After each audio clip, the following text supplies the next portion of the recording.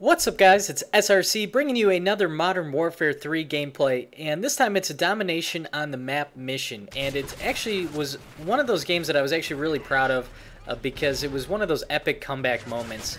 We joined the game here. It's 15 to 50, and we're triple capped, playing with a bunch of random teammates and one of my friends. And so right off the bat, it's just, oh man, we're gonna lose this game. Just hate getting thrown into these games. Wish that it was possible to just not join games in progress already, because they almost never go well for you. It's just, you know, very rare that people are going to leave a winning game. And so every time you join, when you first start for the day or whatever it is, you just come in and you're like, just fingers crossed you're not going to get stuck in a game like this. So now it's 20 to 66. We've got B domination, and we're just moving our way. On this map, it's really so much easier if you capture C.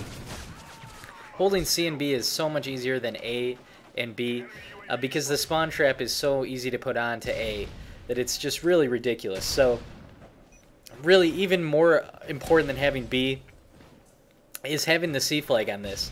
And so that's really what our goal is just to try to get down here to C. But you can see they're pretty well set up. There's a sniper laying there on C that I really couldn't see.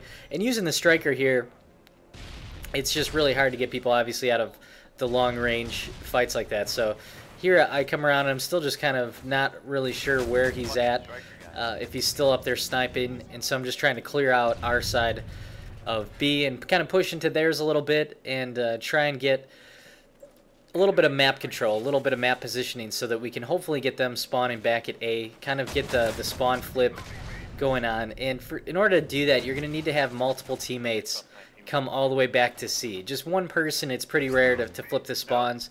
Usually you got to have a couple people to kind of overwhelm that side of the map, and then they'll spawn people back the other way. So you can see here we're triple capped again, just because we're main focus is really not holding B at this point as much as it is going back and trying to capture C. And I just step on that guy. My teammate was standing right next to him too for a while. I just assumed that there wouldn't be a guy laying right next to a teammate, so I didn't see that guy right away. But now I'm just trying to clear people out. The push to C really wasn't working, but they started taking A, which was actually a great thing. If it was up to me and we were in that position, I would never cap A. I hate it when my teammates cap A, because holding C and B is such a huge advantage, so much easier to defend, I think. And so now I'm just going back and making sure that we for sure have C locked down good. And then at this point, once you've got C captured and secure, then you can just go and push up to B. And it's really hard, if the teams are positioned well, it's really hard to get breakthrough here and actually capture B. Because you have really a couple ways that you can go. And the enemy really just has that one right up the middle there. So, you know, done properly with teammates watching the right and the left sides, you can really hold some map positioning and make this an easy win. That's why it just really ticks me off when my team captures A, because it just messes this whole thing up. Then they start spawning at C. So if you guys do play this map, let me know what your strategy is. I assume it's the same, but for as many random teammates as I see that just continuously like to try and push A, you know, it wouldn't surprise me if people have different thoughts there or different strategies. But I can tell you from playing this map, probably, you know, dozens of times, the game goes 10 times easier if you hold B and C, and that's just a fact. So you can see here, that's all we're doing is just holding that down. And an important part of that is to keep up your defenses on C, so making sure that you're watching this top road here where I am running up behind now, and then the far other side of the map along that kind of pathway there, because if the team is smart, they won't even push B. They'll just come around and get C back, and they'll get behind you at B. Because trying to push into B from that top A side is really difficult and really not generally too successful, because there's usually several people back here. Like you can see right now, we've got 4 of us here within just a few feet of this. So even if I die, there's 3 more guys behind me to take up my place. You can see here, just my whole team swarming this area. And so that's pretty standard, pretty common. So I guess I would say if that's your strategy, you know, keep at it. And if you guys are pushing too far trying to get A, you know, definitely take a look at games like this, where once you have the map positioning it's definitely an easy win.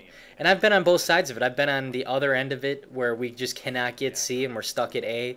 And with teams that are set up really well, they can push you back and keep you pretty much spawn trapped without actually flipping the spawns. But inevitably, there's almost always somebody, no matter how organized a team is, that pushes too far and eventually flips it. So even if you're in that bad spawn trap, usually if you just wait it out for a short amount of time, you're going to get a second opportunity because they're going to push too far and somebody on your team's going to start spawning back at C. So once you do that, though, you got to take advantage of it and cap C right away.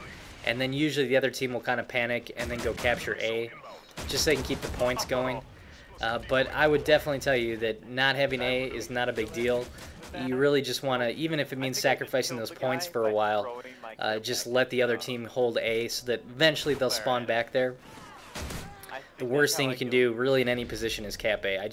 Unless the game gets away from you to where you have to 3-cap, I wouldn't recommend capping A at all. So in this game here, I'm using the striker with extended mags and the range proficiency, kind of my typical setup here. Running the support with the advanced UAV, stealth bomber, and EMP, which is my favorite set of support kill streaks to use. But lately I've been running UAV counter UAV, which is just ridiculous, especially when you get 40-some kills and then you're running hardline.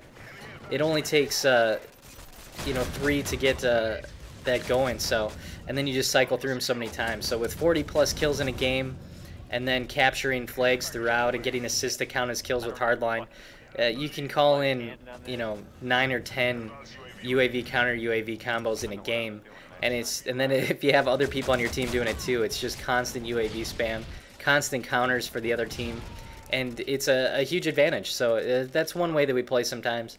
But here I'm using kind of my standard support setup. And the striker, it's just really, really good.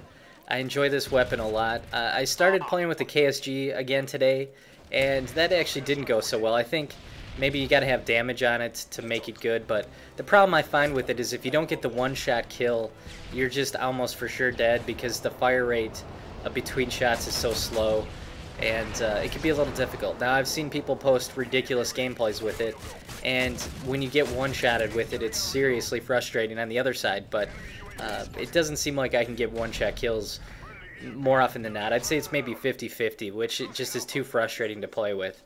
And so you can see here now we're actually winning the game 174 to 161, and we just go back and get C again.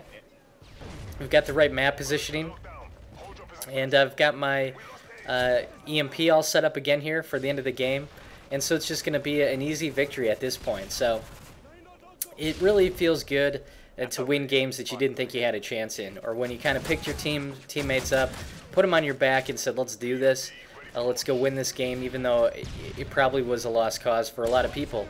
And so, like I said, I've told you guys before, I don't hardly ever quit out of games. I don't usually rage quit out. It's happened here and there, but usually, regardless of the situation, we just kind of put our best foot forward and try and do our best to win the game. And it certainly doesn't always work out, especially being disadvantaged like we were here with the game really a quarter of the way over already.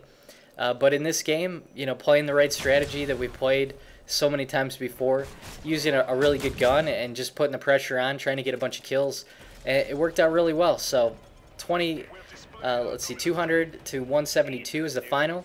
43 and 20 was my final score, and pretty good game. So let me know what you guys think about that, and I appreciate you guys watching as always, and I will see you guys in the game. Well, there you go. There's your fucking ridiculous game.